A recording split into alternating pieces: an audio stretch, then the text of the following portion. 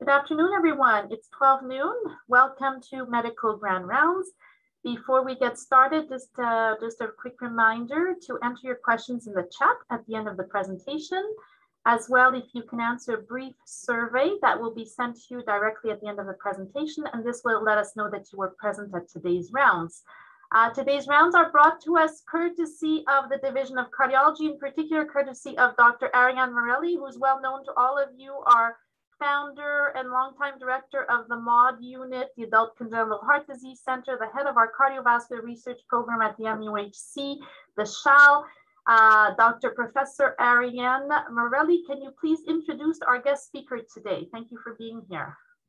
Thank you very much, Nadia. And I want to welcome Adrienne Kovacs, who I've known for many years and who is extremely well known nationally and internationally. She's a very unique clinician scientist with a PhD in psychology and a focus on cardiovascular care.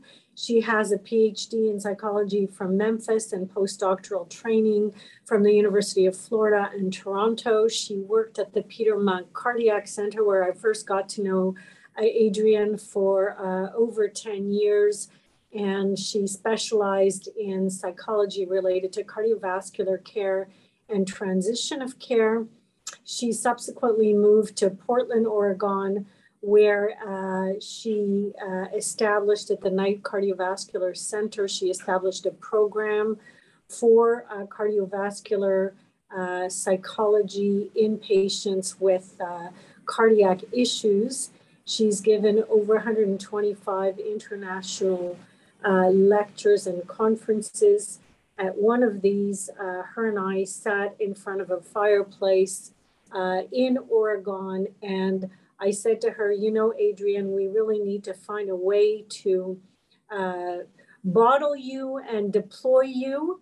And from there was born the idea of creating an app where a psychologist would actually intervene on patients in transition at various stages of transition of their cardiovascular care. This idea led to several large CIHR grants, and Adrienne and I continue to work together, introducing digital health tools to improve quality of care for cardiovascular patients.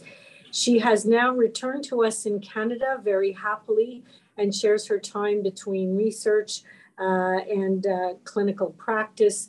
She is president of the International Society for Adult Congenital Heart Disease. So welcome, Adrienne, to Montreal.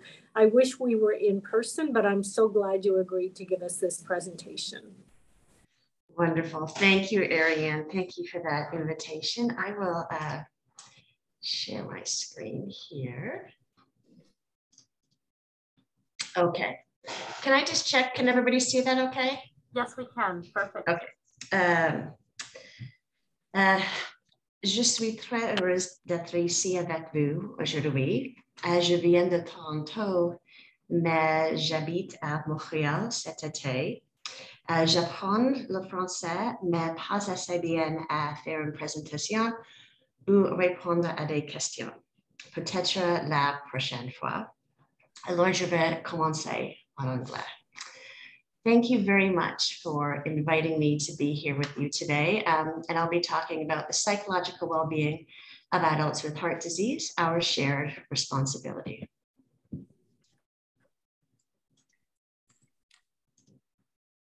Here we go.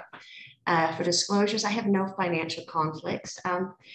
But again, as Adrienne mentioned, I have been integrated within cardiology throughout my entire career. So I bring to you the perspective, not of a psychologist working outside of medicine, but somebody who has been integrated within the field. Learning objectives for today. So begin by talking about why this is important. So we'll describe key psychological challenges and outcomes of adults with heart disease. But what's really important for me when I give a presentation is that people leave feeling a little more empowered and confident in their ability to implement strategies. So I hope that you will feel more confident in your ability to implement strategies and language to improve the psychological well-being of adults with heart disease and within a team-based approach, and also to explain the benefits of an integrated approach to behavioral cardiology. And I realize that I'm presenting at medicine rounds, and so I'll be using cardiology really as an example or template for other specialties. But when we talk about some of the team-based strategies, they are certainly consistent across discipline. So a few questions before we begin. I know that oftentimes people begin presentations with 1 or 2 case studies, and I find that in my experience working in medicine, oftentimes it's more powerful when people imagine how they might manage or might face certain situations. So have you ever been frustrated by the length of time it takes to get a medical appointment for you or a loved one and tried calling to get an earlier appointment? Have you ever been frustrated waiting for test results or reached out to discuss them right away? Have you ever arrived for a medical appointment with a long list of questions and articles that you found on that topic when it's outside of your area of specialty? Have you ever been sad, worried, frustrated, or angry before or after a medical appointment? I know I have. And again, this emphasizes that it's not easy being a patient. How do you think you might react or did you react if you experienced significant symptoms with no clear etiology and or that are deemed clinically non-concerning, yet interfere with daily activities? So an example might be non-cardiac chest pain. How do you think you might react if at the height of your professional career, a physician advises you to significantly reduce your work hours or lets you know you're probably going to need to stop working altogether? If you realize your body or your brain won't work like it used to? If you are or were diagnosed with a medical condition with a shortened life expectancy, or if you're told that you need an organ transplantation, it is completely understandable to have a psychological reaction to a difficult situation. Oftentimes when I meet people for a first visit, the assessment, they tell me their story and then they say, you know, am I normal? Is there something wrong? And I am really honest and I say, it would be really surprising to me to know your health history if you didn't have a psychological reaction. And when you tell somebody that, you could almost see them exhale and the shoulders react, just knowing that it's understandable. Do you do all of the following? Do you exercise most days of the week? Eat a healthy diet, sleep 7 to 8 hours every night and have a consistent bedtime and waking time? Do you follow all recommended guidelines for medical and dental checkups and screening? Avoid excessive alcohol use and tobacco? Take all medications as prescribed and effectively manage stress at home and work? And again, that last one there would be interesting if we were in person and we could have a show of hands. And again, I ask these questions because we ask a lot of our patients, so they deserve a little bit of understanding and patience. And finally, during the pandemic, has it ever been stressful adhering with public health behaviors? So that might be reduced access to public places, isolation, reducing travel. Has the pandemic increased stress in other areas of your life? Has it been challenging to engage in usual coping strategies? Some people like going to the gym or they like travel, and those have been difficult for the past couple of years. Were you ever afraid of becoming infected? If you developed a cough or fever, did you wonder if you had COVID? And this particularly at the beginning of the first year before we had vaccines. And if you developed COVID, did you become more aware of your mortality? And again, I ask these questions to remind all of us that unexpected health stressors can challenge our coping resources. So, you know, a lot of things we just went through these lists, learning about the challenges patients face, and that's this understanding that they would have a psychological response. But I wanted to briefly share with you some lessons that I have learned from patients. So I love my job. I have the perfect job for me, absolutely. And as much as I hope that I help patients, they also give me useful guidance also. And so I wanted to share some lessons that I've learned from patients with you. Some days will be better than others. There is not one right way to think, feel, or cope. People think about things differently. People have different coping strategies. We absolutely can develop skills to help us cope with uncertainty. Somebody can experience psychological distress and be resilient, so they are not mutually exclusive. And finally, we often surprise ourselves with how well we can manage unexpected and difficult situations. So let's begin by talking about psychological challenges and outcomes among adults with heart disease. And I'm really going to be looking at this a high-level summary focusing on coronary artery disease, heart failure, arrhythmias, and congenital heart disease. So most of our research comes from coronary artery disease. We had an AHA scientific statement in 2018 looking at depression, another 2014 statement from AHA focusing on depression as a risk factor for poor prognosis. And last year we had, there's another statement released looking at psychological health, well-being, and the mind-heart-body connection. And I wanted to share this with you today because they have a nice figure summarizing the direct and indirect impact of psychological factors on cardiovascular health. And if we think here, this is really the ultimate goal in cardiology, improved cardiovascular health through reduced risk factors, decreased incident cardiovascular disease, and secondary prevention. What factors might contribute that? So what behavioral, psychosocial, and biological processes would impact those outcomes? We have things like smoking cessation, medication adherence, physical activity, effective emotional regulation, stress management, good social relationships, decreased inflammation, lower cholesterol and blood pressure. And we have positive factors that can impact that. So these are things that we want to encourage and have been linked with positive outcomes. We have happiness, positive affect, emotional vitality, optimism, gratitude. And these can have some specific effects because when people are doing better psychologically, they're more likely to avoid tobacco or stop using cigarettes. They're going to be more likely to be adherents. They're going to be more likely to follow through with recommended behaviors. Conversely, we know that negative psychological factors can negatively impact outcomes. So stress, negative outlook, pessimism, anxiety, anger, hostility, and depression can lead directly and indirectly. So directly, some of the physiological markers at the bottom of this red box here, and also indirectly through some of the other factors like physical activity. So when we think about improving cardiovascular health, we absolutely must include psychosocial and behavior factors when we try and understand risk. And looking a little more closely at some of the ways in which psychological factors impact outcomes here, we can see that depression increases incidence, MI, stroke, and some of the other factors, obesity, hypertension, diabetes, 30 to 45% increase. Anxiety also has significant negative impact on cardiac outcomes.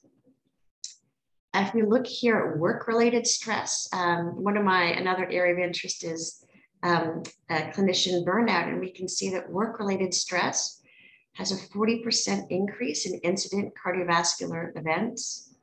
Any cause stress, PTSD, social isolation, and loneliness also have negative impacts on cardiac outcomes.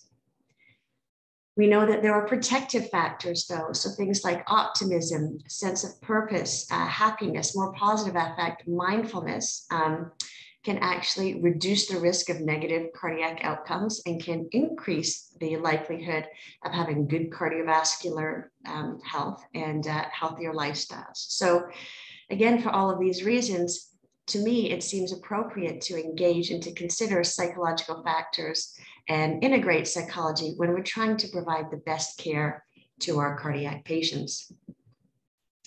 Moving on to heart failure now, similarly, we know that depression and psychological factors are associated with poor outcomes.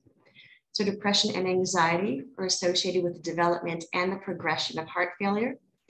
Higher rates of death and secondary events are twice as high amongst people who are depressed. The strongest impact is observed in older adults with heart failure, and there are trends toward increased healthcare use, higher rates of hospitalizations and ED visits. A meta-analysis of 36 studies showed that in adults with heart failure, there was clinically significant depression, around 22%. Coronary artery disease, we tend to think of it as being about a third of patients, so maybe 15 to 20% have very significant depression, and maybe another 15 to 20% have slightly lower levels of depression. So I kind of think about this 20 to 30% mark. The prevalence varies depending on how we measure it. And we can also see here that those with poor functional class are more likely to be depressed. Rates of anxiety in patients with heart failure, elevated symptoms of anxiety in over half, clinically significant anxiety in over a quarter. And the prevalence varies widely between the ways that we use to measure anxiety. And I will say that in my own clinical practice, although the major focus in the literature is on depression, I tend to see more anxiety than depression in my own clinical practice. Following transplant, there's an elevated prevalence of psychiatric conditions. So again, about 1 in 5 will have significant depression. And I know how hard transplant teams work for their patients. I know how much effort goes in during the evaluation process, getting people, the waiting period, managing patients after they have a transplant. So keep in mind that depressed patients are 3 to 5 times as likely to be non-adherent with post-transplant medication regimen and have higher overall hospitalization. So all of this work that we put into patients being ready for transplant and taking care of them afterwards, to me, I don't understand why we wouldn't want to do everything we can to improve outcomes by managing their depression. And cognitive impairment is important in cardiology, particularly in heart failure. About 1/3 to 1/2 of adults with heart failure experience cognitive impairment. I think it was 43% in a recent meta-analysis. The most common symptoms are executive dysfunction, so planning things, kind of guiding the things that they do. Difficulty with memory, attention, and concentration. There are multifactorial causes, but we know that even mild cognitive impairment affects self-care. So people who have any levels of cognitive impairment have a reduced ability to attend to and understand patient education. So whether that's verbal instructions and written materials, really difficult to manage complex treatment regimens, so medications, food restrictions, appointments. So, heart failure patients often have, particularly advanced heart failure, a lot of stuff we're asking them to do. And cognitively, it might be the worst time in their lives that we're asking them to do this. So there can be difficulty assessing and self-managing symptoms.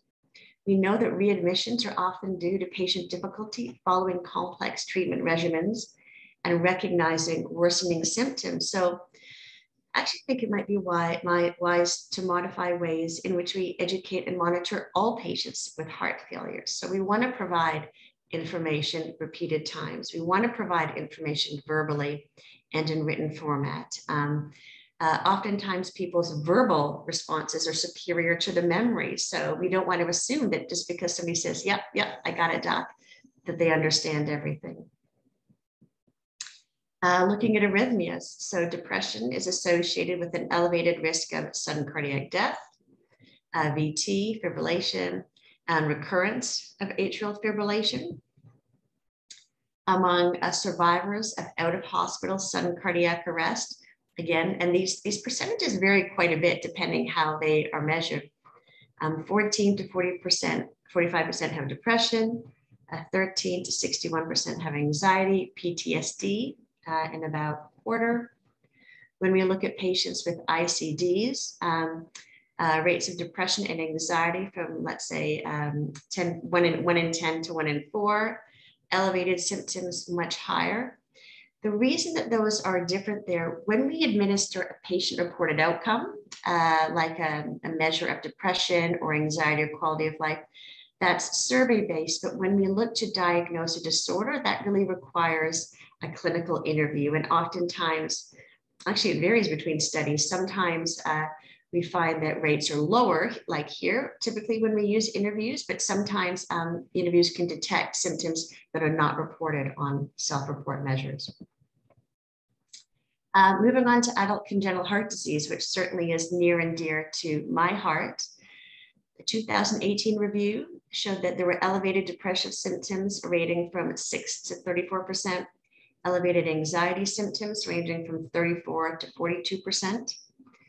When we look at North American studies that use clinical interviews, we find that 28 to 35% meet current diagnostic criteria for mood or anxiety disorder. This has been replicated in studies around the world. In general, it's about, I would say, a third meet current diagnostic criteria, but there's a 50% of them will meet lifetime diagnostic criteria. Across these studies, very few of patients who were identified to have psychiatric disorders receive mental health treatment, and much to my great dismay, there has been negligible increase in integrated psychological care since these studies were published. So one of the studies we published was in 2009, and one would reasonably hope that studies like this would increase integration of mental health professionals within adult congenital heart disease teams, and it has not happened yet. Let's look at some potential health-related stressors. So here are some things that all adults with heart disease may face. So the onset of worsening cardiac symptoms, dealing with medications. So a lot of people will say they do not like taking medications because it's a daily reminder that they are unwell. Coping with hospitalizations, surgeries, cath procedures. There are invasive and non-invasive imaging procedures, health uncertainty, medical emergencies, which can be anxiety provoking, not only because what they potentially mean for one's health, but because they are incredibly disruptive to people's lives.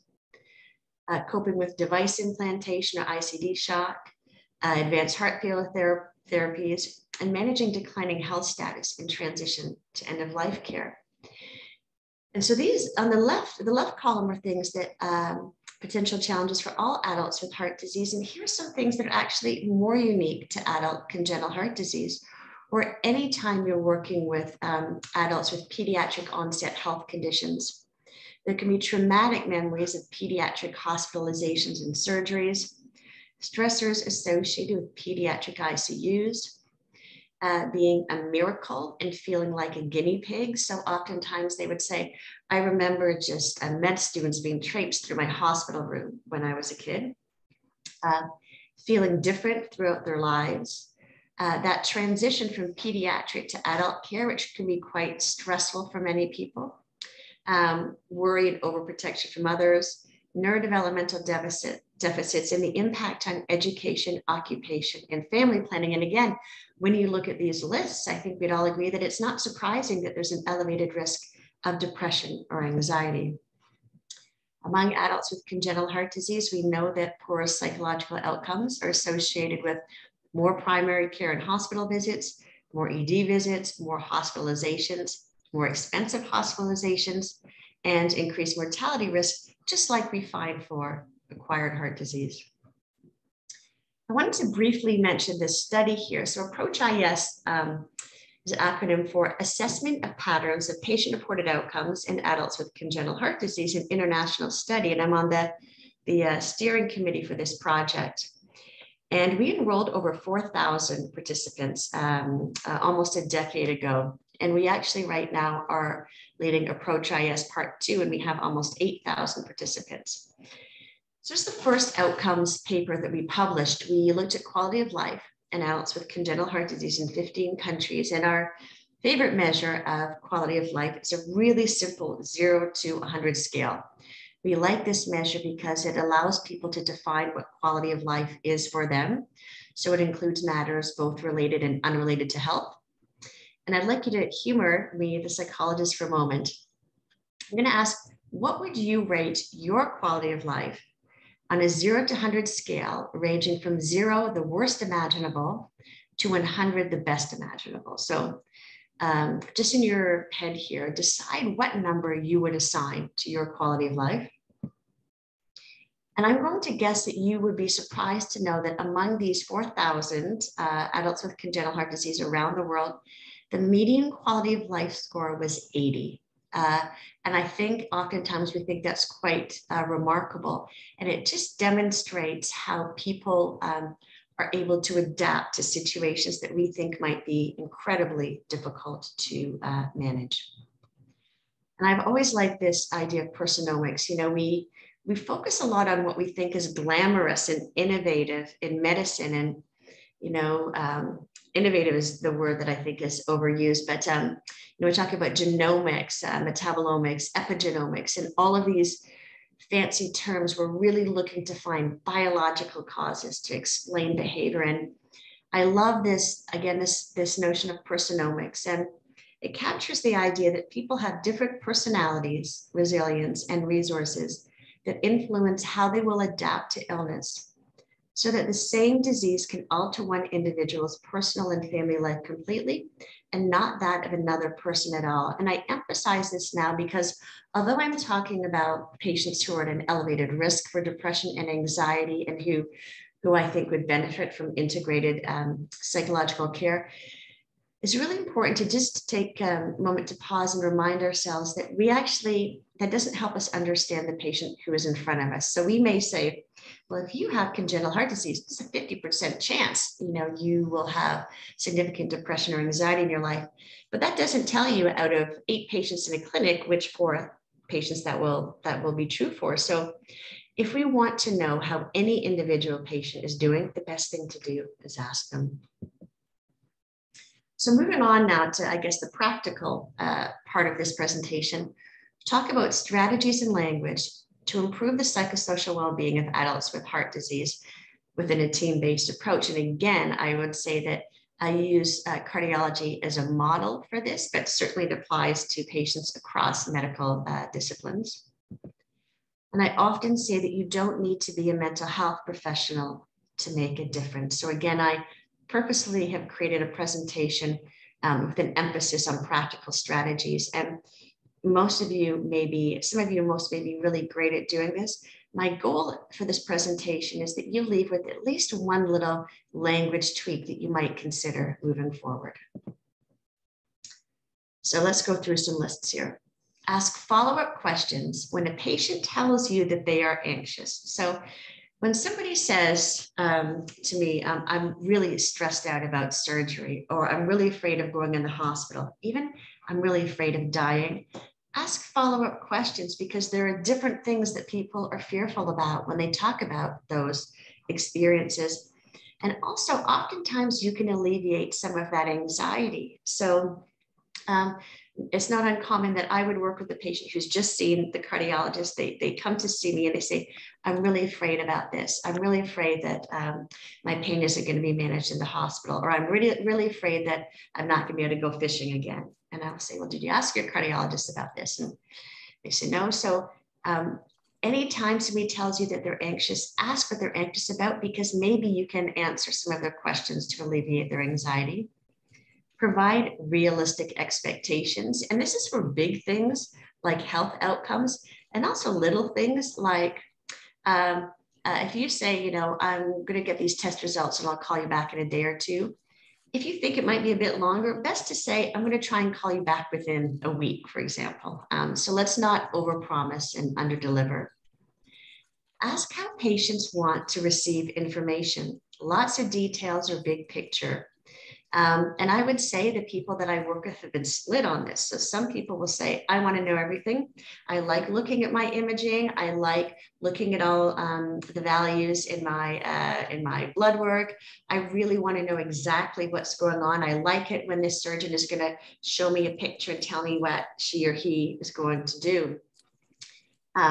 Some people like that. Some people, however, are big picture, and they say, I just wanted the gist of what's going to happen here, and all the details stress me out. So ask patients how they want to receive information.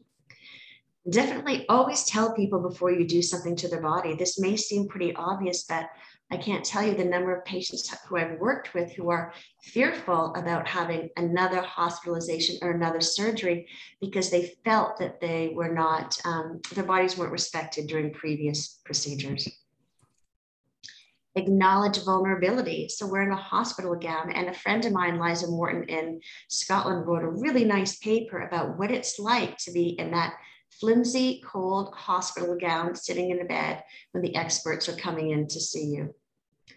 Be mindful that masks remove the ability to read facial expressions. We know it's really important to label emotions, and historically we often rely on these non-verbal cues also. So we sometimes know that we can't really read other people's emotions, and they may not be able to read ours also. So it can be helpful to say something like, you know, that makes me smile, or, oh gosh, you know, I'm feeling really frustrated, or I share your concern about this. So let people know how you're feeling. And importantly, acknowledge psychological distress, but do not let it dictate diagnosis or treatment. So there's a long history of people who say that who have anxiety, and their physical symptoms are attributed to anxiety when actually there was a biological cause for this.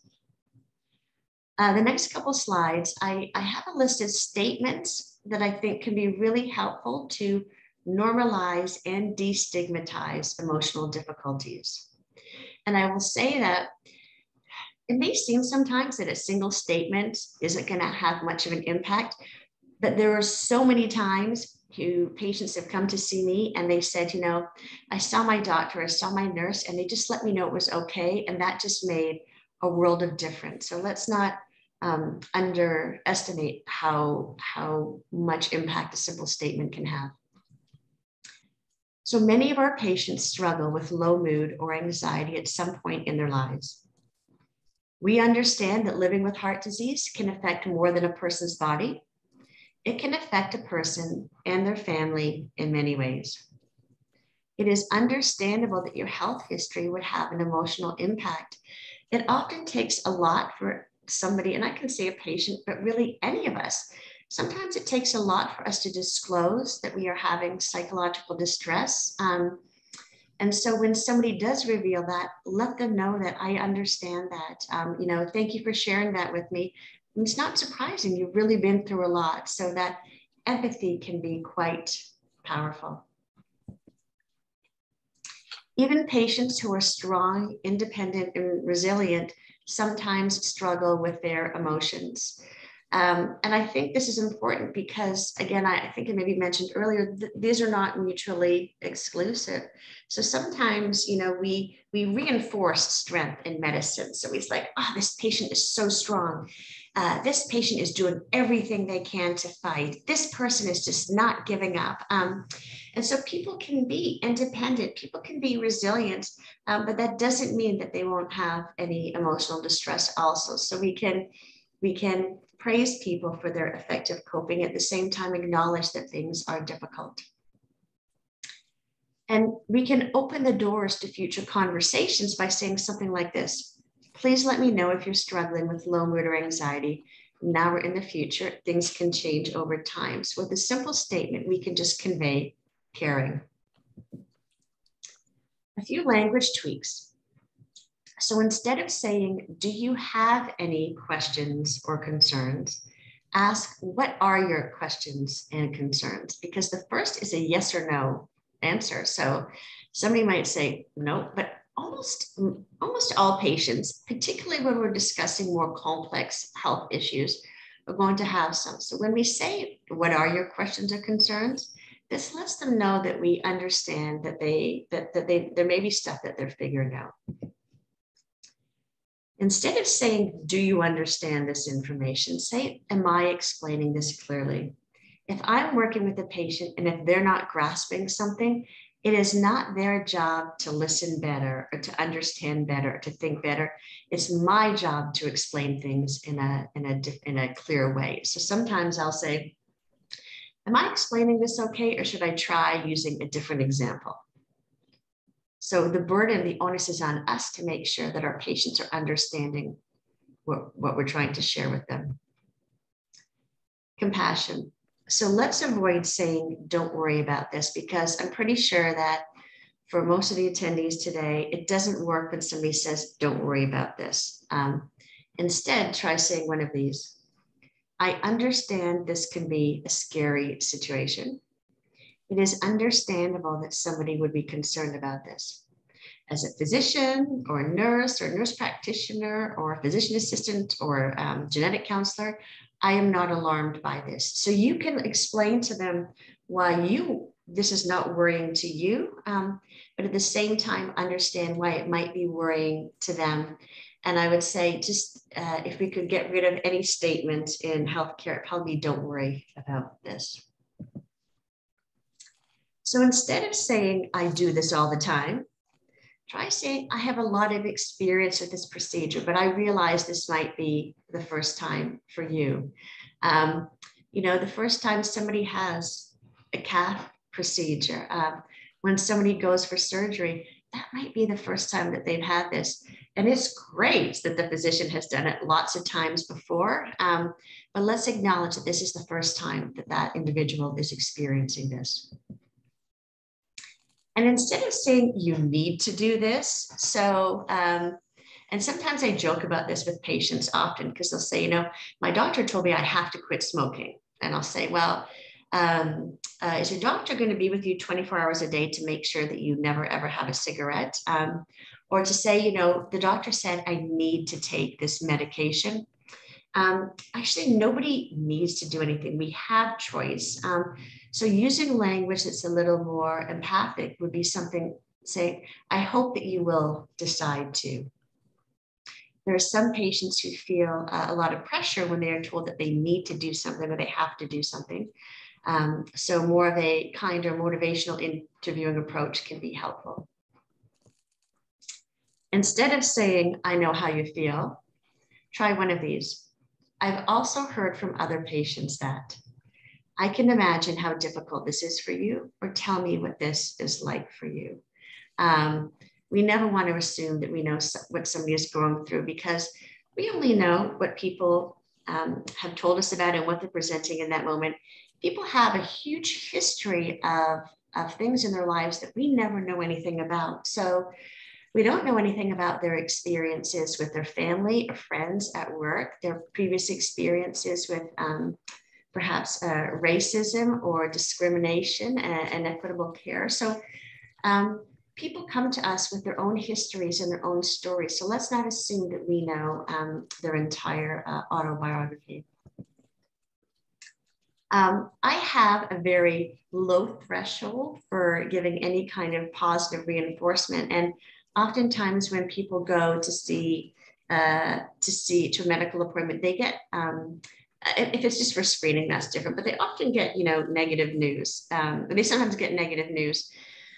You as physicians and healthcare professionals have such a tremendous opportunity to give positive reinforcement that leaves them feeling good and leaves them continuing to do that behavior. So I really admire, respect, and impressed by how you did this. So I realize, gosh, things sound so stressful in your life right now. I am so impressed that you made it here to your appointment. That really tells me how much you care about your health. Or, you know, I realized that we talked about, you know, you had said your goal was to exercise 5 times a week. Sounds like you didn't achieve 5, but you've been exercising twice a week. Congratulations, because that's a huge first step. So positive reinforcement serves to increase the behavior. I have never met anybody, whether it's a patient or a clinician, who doesn't appreciate a comment. And again, a lot of the information I'm sharing you is what, if I could take hundreds of patients collectively, that they would want you to know. And oftentimes they'll come and see me and they'll say, you know, my doctor told me I was doing really well. And you can see what an impact it makes. So let's try and see the good in our patients. And here's a list of a few strategies to enhance psychological well-being that you don't need to be a mental health professional to consider. Encourage medically appropriate physical activity, so which we know has mental health benefits. And whereas it may take, you know, X number of weeks of regular exercise at a certain intensity and certain duration to get physiological benefits, the great thing about physical activity and mental health benefits, doesn't really matter what exercise we do, how long we do it, what intensity, single bouts of exercise improve our mood. So I would recommend somebody have 4 15-minute walks a week rather than 1 60-minute walks a week. Encourage activity pacing, which means not overdoing it on good days. So it's really easy to not overdo it on days when we're feeling poorly, but let's make sure we don't overdo it on days we wake up feeling good. make sure that patients are not avoiding preferred activities out of fear versus medical advice. So say, is there anything that you're avoiding doing because you're afraid it's going to be bad for your heart? Encourage planned participation in pleasant activities.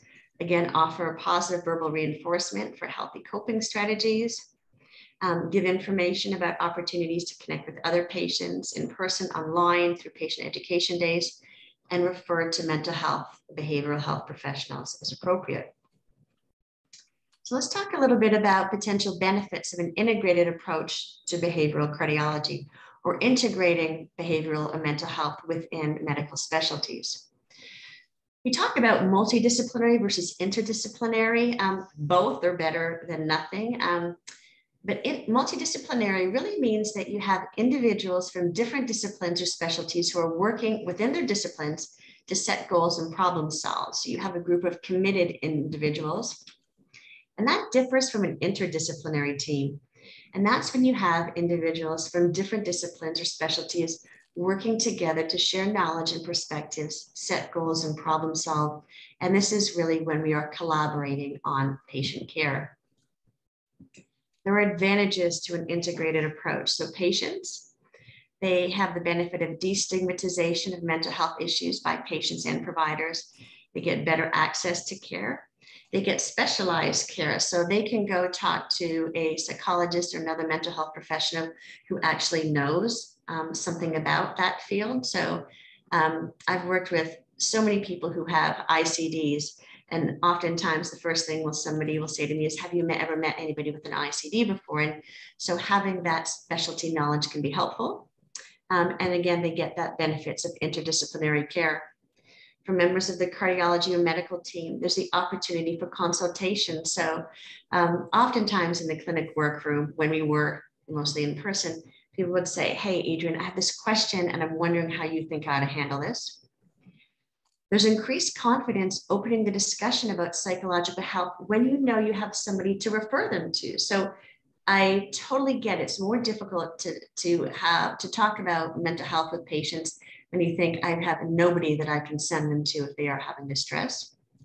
There's the opportunity to improve well-being of patients and of yourselves. So we know that clinicians do better actually when they feel that they're being able to provide comprehensive care to their patients. And there are opportunities for education, research, collaboration. And as a psychologist, I like it when I have access to complete medical details.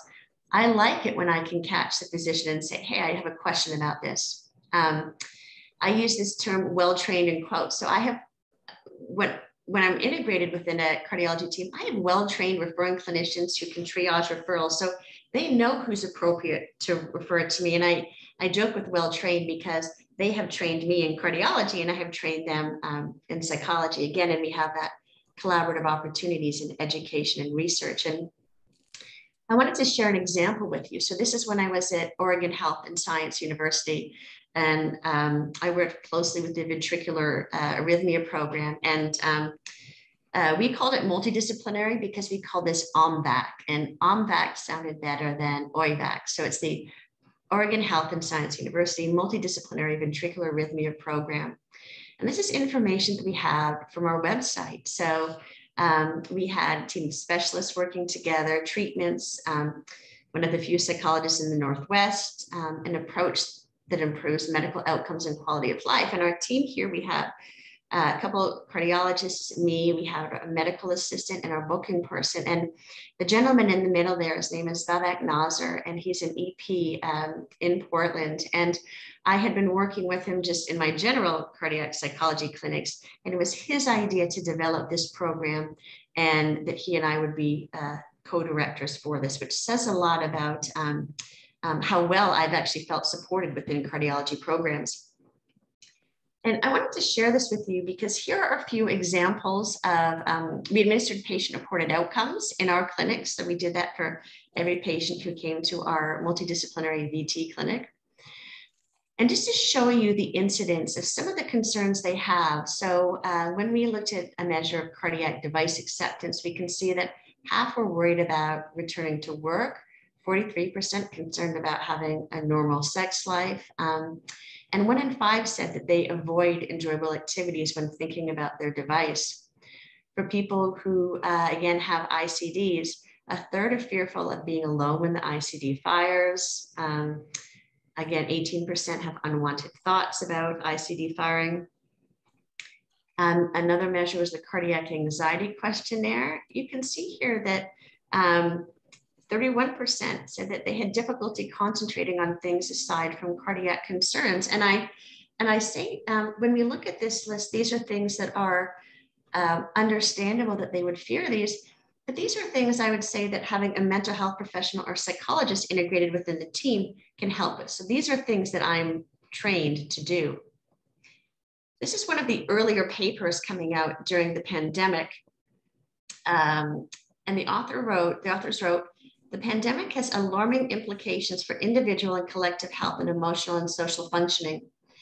And they wrote, and I disagree with this, in addition to providing medical care, already stretched healthcare providers have an important role in monitoring psychosocial needs and delivering psychosocial support to their patients. And I asked, do you have the bandwidth to do this? And I say, because although I introduce a lot of language strategies, things that you can help do that can impact psychological outcomes, I'm in no way expecting you to become their psychologist for them. So I think that the idea is to engage people who can work alongside physicians and nurses.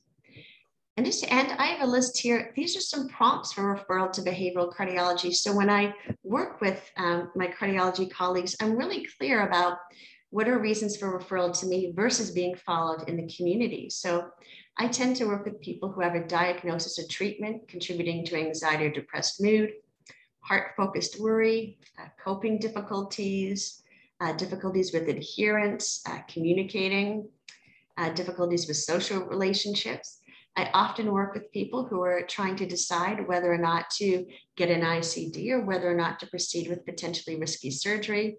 I love working with people who are adjusting to implanted devices, and also working with people who have concerns about mortality, advanced care planning, and or end-of-life care. So in conclusion, and again, this has been a very high level presentation looking at some of the psychological outcomes. But we know that adults with heart disease face multiple potential health stressors, both acute and chronic. And it is this completely understandable that they have an elevated risk of depression and anxiety. Despite the fact that psychiatric disorders are likely the most common comorbidity and they can have major health consequences, they largely go untreated. And I firmly believe, I get feisty about this, that our responsibility to these patients extends beyond saving their lives, and that we have a collective responsibility and opportunity to help patients achieve the best possible psychological outcomes and quality of life and live as full and independent lives as possible.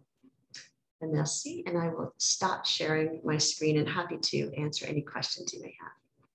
Thank you so much for this really thoughtful presentation. And even though most of the focus was on cardiovascular, I think it applies to our entire Department of Medicine. And I'm sure that people across the board could relate to this, both as potential patients, as caregivers, and as physicians. So thank you very much for sharing this with us.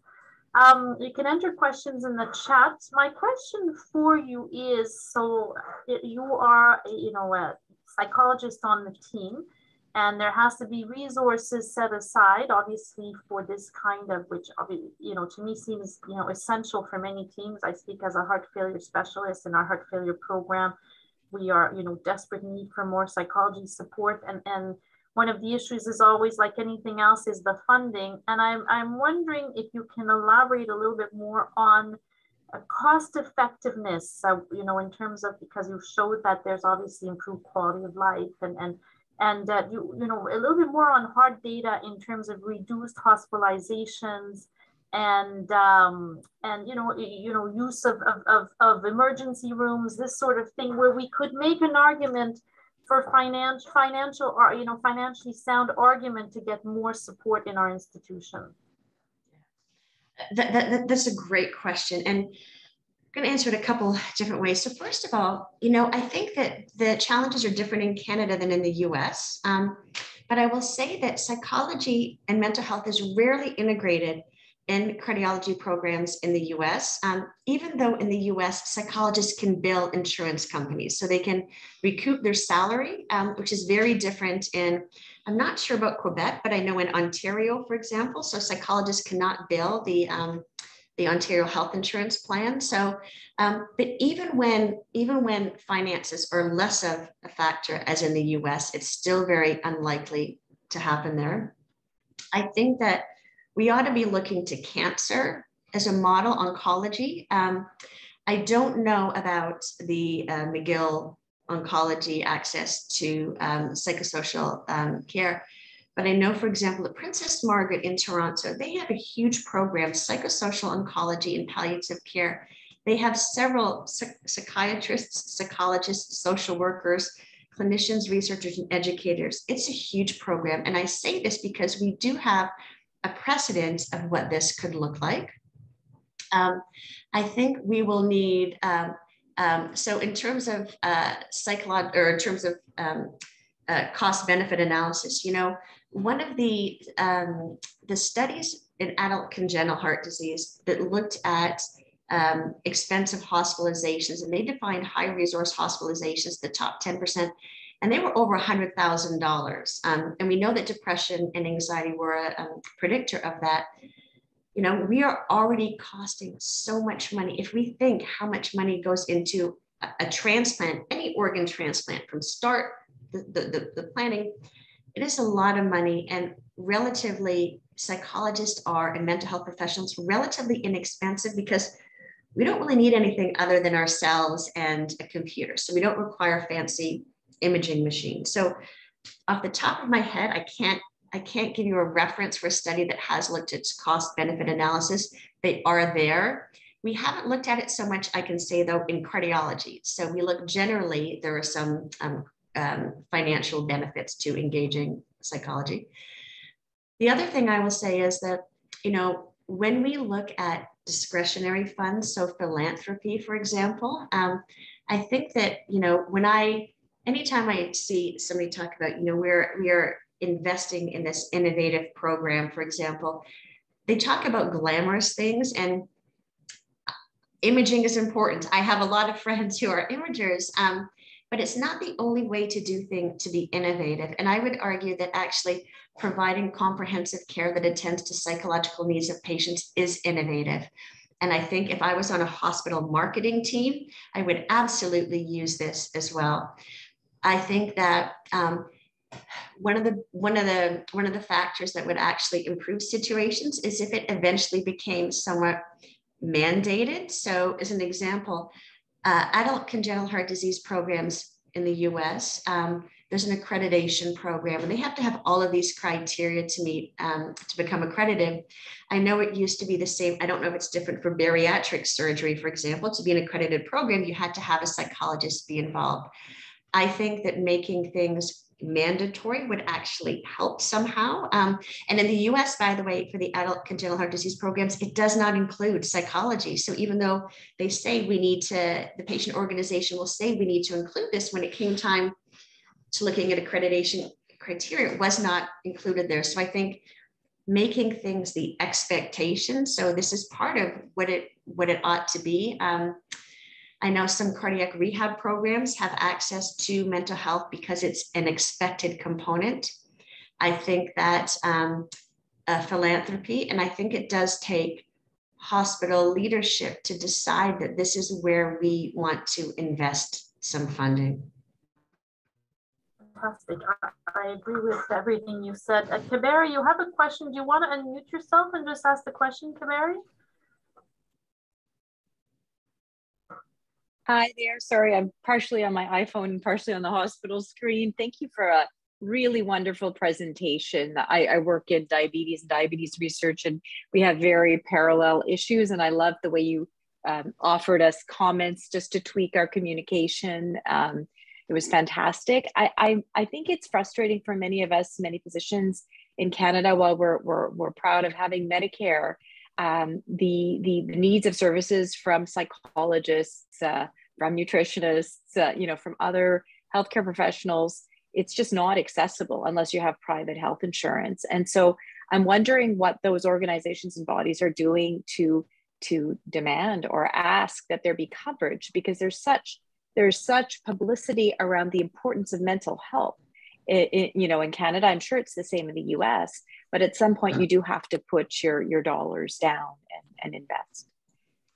Absolutely. And I'll tell you, we recently had, I don't know if it was last month or this month, Mental Health Awareness Month or Week. And, and there's this Bell Let's Talk. And so to me, it is actually unfair and bordering on unethical to do everything we can to increase awareness and decrease stigma and not provide services. So how terrible is it that we say to people, talk about depression, think about, are you depressed? Do you need some help with this? But we can't provide any help with you at all. So I think that I hope that at some point in the future that it will be easier to access psychologists, PT, OT, social work within the provincial healthcare systems. I will say that,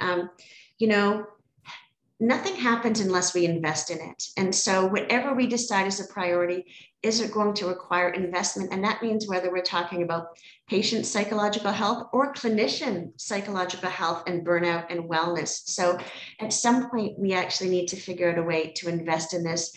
I will say that patient organizations have been advocating for this across the world. And so I feel actually like patients I don't think they can do any more than they have been doing. So I think it's going to come from clinicians and medical associations starting to demand this and saying this is an essential component of care. I think we will need hospital and association leadership to make this happen, in addition to working with governments to fund this better. I've never understood the dichotomy between physical health care and mental health care and how we can decide one is okay to fund and one isn't. And Canada is one of the only countries with supposedly universal health care that does not offer mental health care also. Adrienne, do you want to make a comment? Sure. Thank you so much, Adrienne. Always such a pleasure to listen to you and to give us food for thought. When I trained at UCLA, we had a psychologist as part of our team. And I remember when I created my blueprint for the mod unit, I actually had earmarked a half a day a month for a psychologist. Of course, we never got that funded.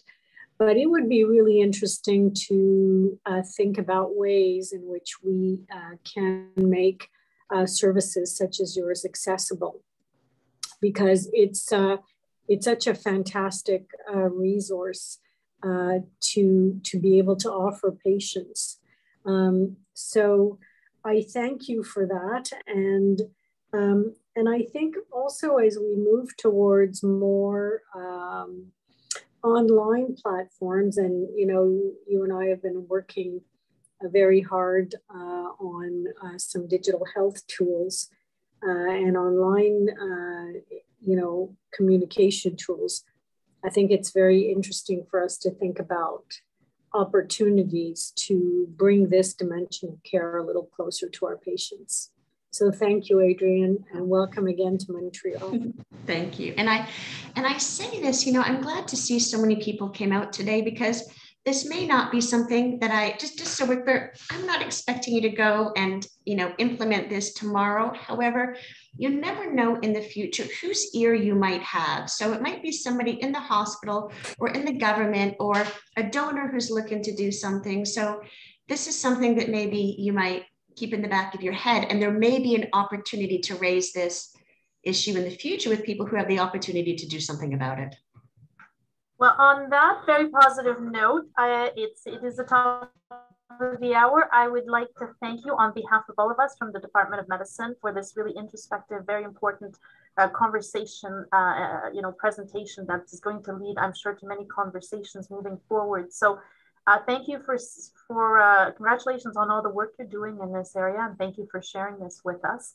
And we hope to see you again sometime soon, and hopefully we'll have made some progress on our side, which we can further discuss with you. Thank you very much for joining us, everyone. And I wish everyone a terrific afternoon. Thank you again, Adrienne, for being here today. Merci, bonne journée. Thank you. Thanks, Ariane, for inviting Dr. Kovacs to join us today. Bye-bye, everyone. Bye.